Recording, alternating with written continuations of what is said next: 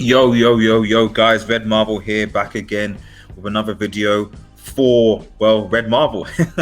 And this week, I know it's a bit delayed, but Masters of the Universe Revelation Part 2 has come out. I'm here to review it. Obviously, one of my popular videos on this channel is the was the review for the first part, which wasn't great, to be honest. Not necessarily because at least for me, the lack of He-Man, but just kind of the characterization of Teela and the writing. I just didn't think was that great. But this is why you should never judge. And after I'd done the review, when I was told that it was actually part 2, that there were actually other episodes coming, I thought, you know what, I might come back to this. And I did come back to it. And the first thing I know, obviously this is a spoiler review. So before we get into it, it's a spoiler review. So if you don't want to be spoiled, then don't proceed.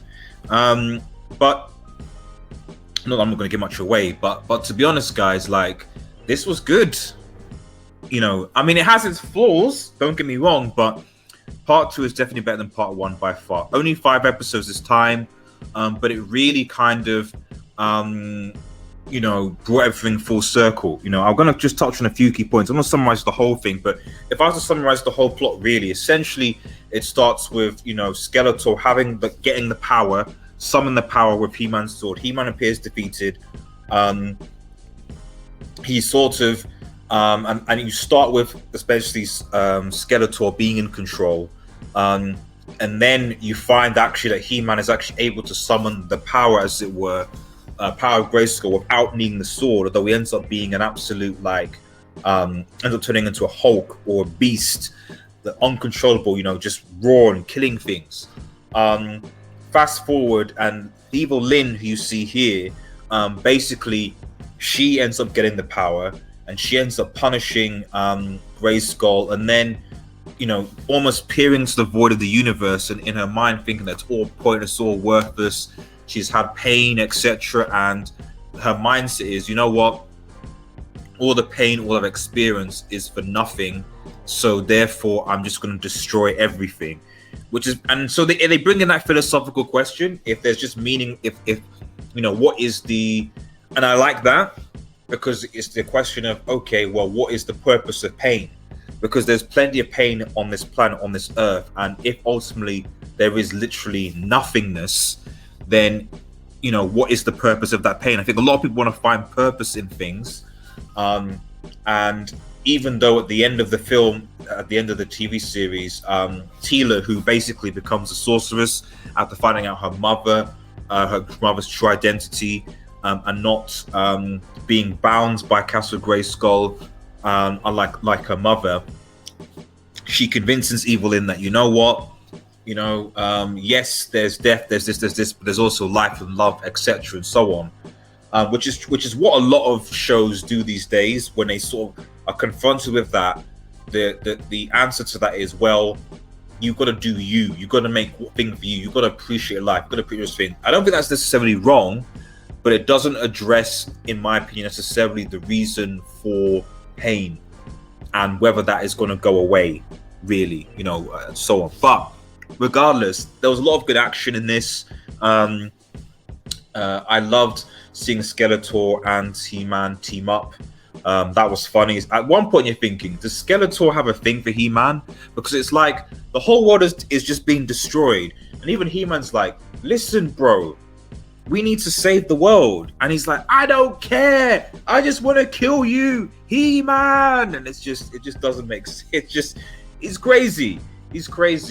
So but I definitely like Teela a lot more in this. Obviously, she takes a bit of a backseat role here, but it's not even just that. I just feel that her characterization, she obviously went from a very hardened,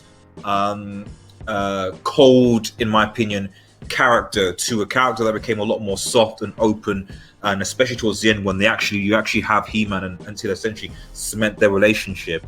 But she becomes more warm, and that's the key thing, I mean, for me, really, is that with Teela, and maybe that's why you see it's a progression of a character, because she goes from, I was betrayed, I was lied to I get the seriousness of the situation, and she's a lot more, there's a lot more warmth to her in these 5 episodes, and a lot more relatability, you see parts where He-Man himself feels bad for thinking that he ruined his parents' marriage.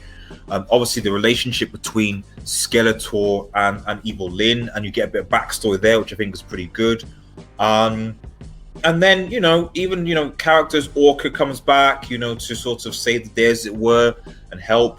And yeah, I mean, overall for me, it was a solid. It was definitely better. It was definitely enjoyable. The animation is fantastic. It's so good. I'd watch it for the animation alone, to be honest. And even the ending, which I think obviously we know we're getting a part 3 to this, because you find that you go back and you find the mother machine, as it were, because obviously in the first part you get introduced to these kind of machine cultists who are carrying orders from Mother, but used to work under Skeletor. Skeletor's captured by these guys effectively and is almost turned into a machine himself. It's going to be interesting, because obviously in this first 2 parts it's been very much the idea of like magic, and magic versus reason and skepticism, etc. I think going forward you're going to really see the rise of the machine, and the age-old kind of machine versus magic paradigm, and who goes on top.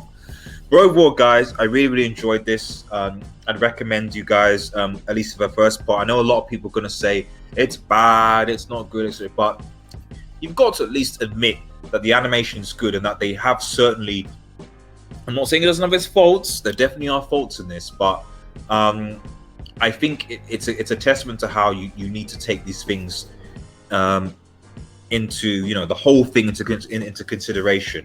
I guess the only thing I'd say about that is that if that's the case, then maybe it'd been better to have actually released all of the things together, rather than just sort of staggering it, in my personal opinion. Because you're sort of telling essentially you told effectively an incomplete story. But it is what it is. Anyway, guys, new to the channel, remember to like, share, and subscribe to Red Marvel. Follow us on Twitter, links and Twitch below. Have a nice day, everyone, and cheers.